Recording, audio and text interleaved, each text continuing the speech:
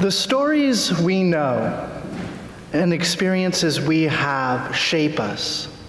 They inform who we are and how we engage with the world.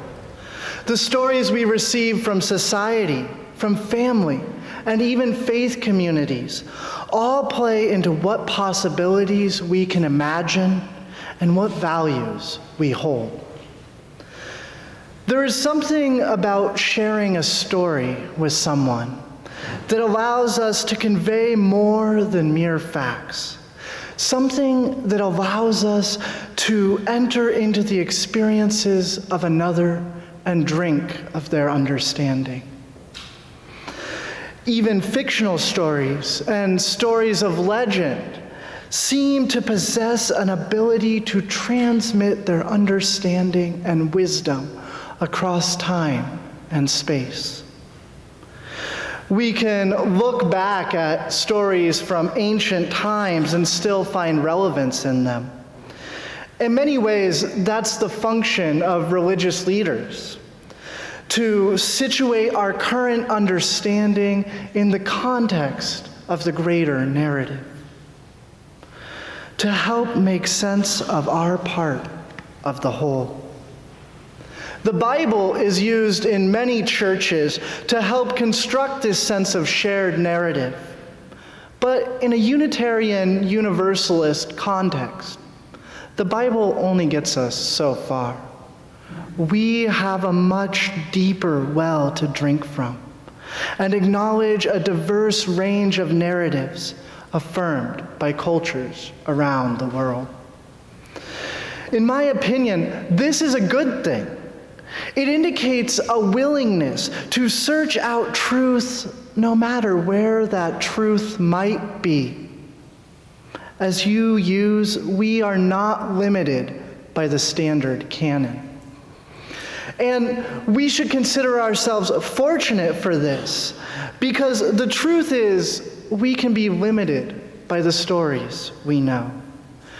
When you grow up and only know life in one way, it becomes hard to see how things can be any different.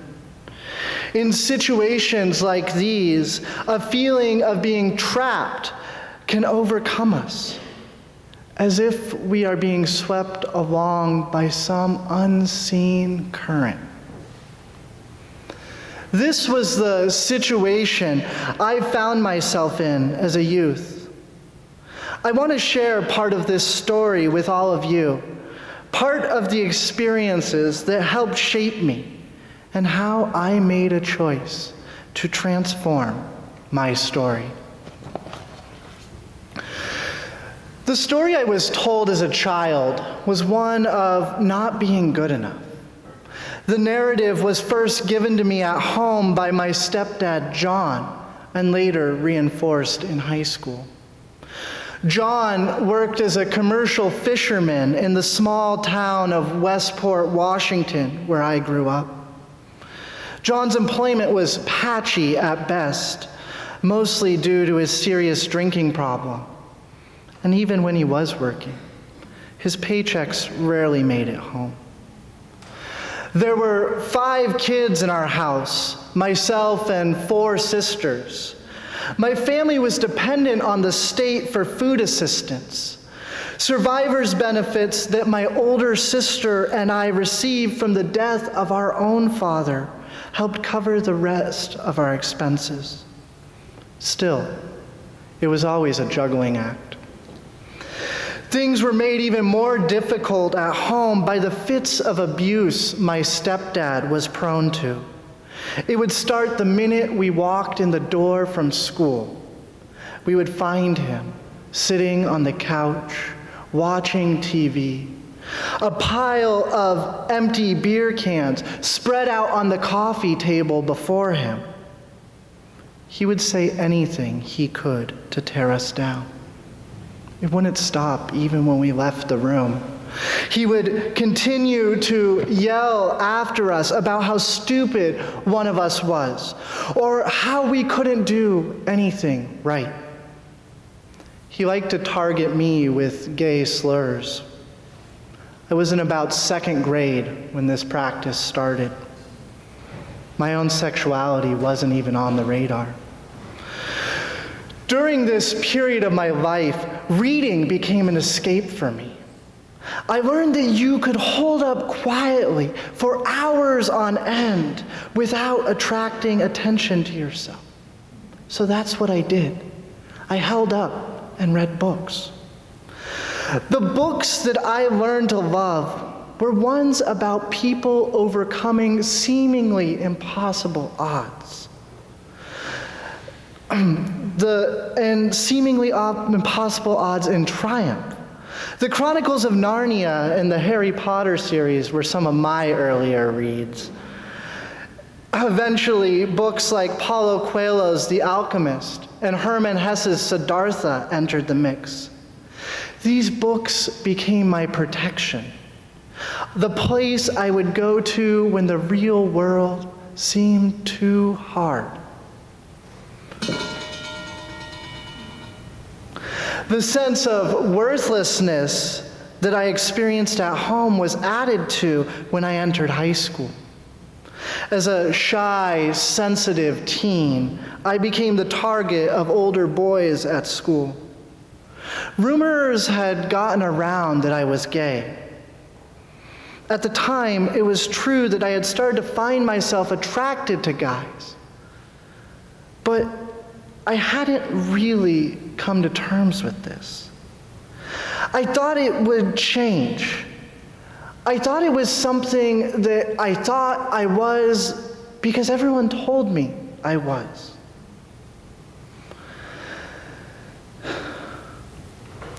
I thought it would change. I thought it would get better.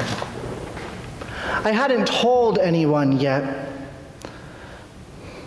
but the teasing still seemed to get worse. In my freshman Spanish class, a group of boys would sit around me and whisper insults under their breath. I tried to ignore them, but that only made it worse. One day, when I was sitting in my desk, one of the boys put his hand down his pants. When he pulled it back out, he was grasping a tuft of pubic hair, which he deposited on my notebook. "Here, I thought you'd enjoy this," he said. I was crushed. It became impossible for me to learn in this environment. I shared this incident with the teacher, who shared it with the principal, but nothing ever came of it. I didn't bring it up at home. There were times during high school that I thought about suicide, but that wasn't the story I wanted to be remembered for. I recently read a book on ministry titled The Wounded Healer. In this book, the author, Henry Nouwen, writes that revolution is always better than suicide. I think this was the sentiment that I felt at the time. The feeling inside of me causing me to push back against the story I was told about myself. I knew other possibilities were out there. I just had to be willing to seek them out. My books continued to shelter me and inspired me to keep moving forward. And somehow I did. I made it through. And in 2007, I became the first member of my family to graduate high school. Even after high school, however, I continued to struggle with my identity. Eventually, I moved into my own apartment and enrolled in the local community college. During this time, I continued to read. Now, however, the goal wasn't to escape, but to come to a better understanding of who I was. It took me a year of being in college, of living on my own, to finally come out. And when I did, no one really seemed to care. Even my family, with the exception of my stepdad, were okay with it. I was shocked. This wasn't the reaction I had anticipated. Still, I had questions about what being gay really meant. Growing up in a small town, I had always imagined that I would have to start wearing makeup or carrying a purse. I thought I had to stop believing in God and participating in faith communities. I also thought that I'd never find anyone to spend my life with. I didn't know any gay people, and only saw what gay culture was through the lens the media showed me. I didn't know what to do. I didn't know who I was. After community college, I transferred to Western Washington University, where I declared a major in creative writing. The first year flew by, and with my bank account empty, it became time for me to find a summer job. I wanted to find a job that would be exciting and give me new things to write about, new stories to tell. I wasn't looking for your average my summer vacation story. I wanted something more, a chance to really get to know who I was. I got my job on the fishing vessel Misery by responding to a Craigslist ad. The poster was looking for someone to work as a deckhand on their gillnet boat for the summer, fishing for salmon. The ad offered adventure in Alaska and a chance to make some money, both of which were things I was looking for. The ad also specified that the applicant should be gay. This post piqued my curiosity, so I sent an email to inquire further. A response came, and I learned that Chris, the owner of the boat, was gay. He had always hired deckhands from his town up in southeast Alaska, but since he wasn't out, he could never really be himself. I could relate to his feelings. After several weeks of emailing and talking on the phone with Chris, I decided to give the job a shot and booked my ferry passage to Alaska. The Misery was smaller than I had imagined. At only 31 feet, almost every square inch of the boat was put to use. Between engines, fishing gear, tools, and general boating supplies, only a small cabin was left over for sleeping and shelter. Having only 2 people on the boat made working on the Misery demanding, but I soon adapted. We would go out for anywhere between 3 and 5 days at a time and work around the clock. We would sleep and eat in shifts to accommodate this work schedule. A constant stream of mechanical problems added to these demands. The thing about being on a commercial fishing boat is that when something breaks, someone has to fix it. The job requires that you constantly adapt in an attempt to solve new problems. You never know when you might find yourself called on to be a mechanic or electrician. It's a profession of many hats. Even if you don't know what you're doing, you have to figure it out. You have to find a way to move forward. This proved to be the case one night when we were fishing near the southern point of Mitkoff Island on Frederick Sound. Our net got caught in the current, which caused it to snag on a rock formation. We struggled for over 2 hours trying to get the net unstuck and back onto the boat. When we finally did, our engine died. It also just so happened that at the same time a storm was moving over the area we were fishing. We were dead in the water, as the waves began to grow larger. The misery was tossed from side to side. Without power, the wind had blown us so that we were parallel to the oncoming waves, causing surges of water to wash over the deck of the boat. We didn't have a lot of time to think. Being in this position for too long could be dangerous. It would have only taken one big wave to wash up over the side of the boat and onto the deck to do us in.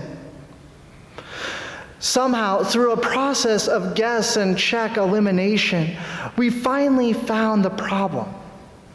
I'm not sure really how to explain it to you, as I'm not a mechanic.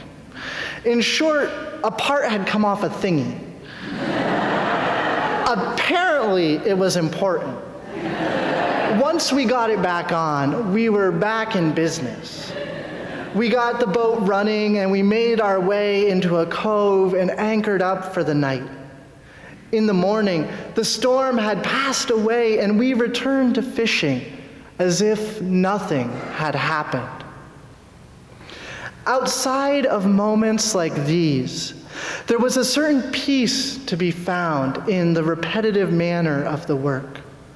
The long hours led to a state of meditative exhaustion. I often caught myself daydreaming in these states and thinking of things back home and what I was going to do with my life when I returned. Something about being on the water for this long period of time reaffirmed my faith in the world. The fact that we kept fishing despite all the obstacles that came up amazed me. It spoke to a certain resiliency of the human spirit, something innate in us that inspires us to keep trying even when the odds seem stacked against us.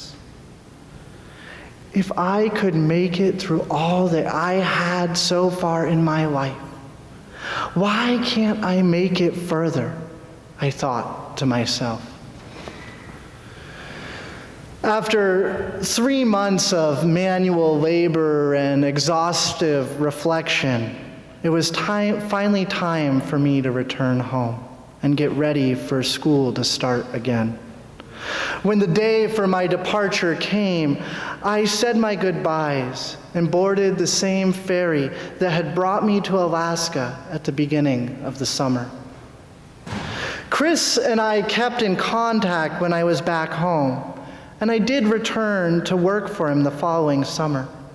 But that's a sermon for another time. In the end, though, I must admit that I found it a bit ironic that my big adventure, my quest for a new story, my search for meaning, had brought me to Alaska to work on a commercial fishing boat. This is what my stepdad John had done. Worked as a fisherman. And he wasn't someone I wanted to model my life on. But this experience took on a different meaning for me. It was a chance for me to come to terms with my identity and develop a sense of confidence. I now realized that the story I had been given about being worthless as a child was only true if I let it be. That I was capable of being more than I was told I could. This journey transformed me in the same way that the books I read years before transformed me. In both cases, I was open to new possibilities about who I could be. I no longer thought that because I was gay, I'd have to conform to some standard story. I could be me and express myself in my own way. I could be loved. Through expanding the range of known stories, of possibilities that I could conceive of, I was able to overcome seemingly impossible odds and become the author of my own truth and meaning. Now, I tell you this story not to elicit sympathy, but rather to illuminate possibilities. It is true that the experiences that make up our story shape us, but we need not be limited by them. Through broadening the range of narratives we know and seeking out new experiences, we can learn to perceive things in new ways. In doing this, we can transform trauma into triumph. The things of our past inform us. This is true, but they need not hold us prisoner. Yes, this sort of transformation takes work, but it's the work that we need to do if we truly want the world to be a better place. So in the days ahead, I encourage each of you to think of the story that you have been told about who you are. The story you have been told about who this community is. Does this story limit us? Or draw us forward to new and uncharted territory? Only through being honest about these things can we make the changes we need to make to get us to where we want to go. So I ask one more question now. What seemingly impossible task lies before us? What obstacle waits for us to transform? Can we rewrite the narrative of scarcity into one of sustainability?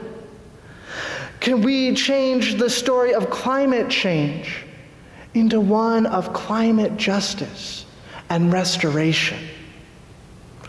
Whatever story the world needs to have told, let us be the ones to tell it together. Amen, and blessed be.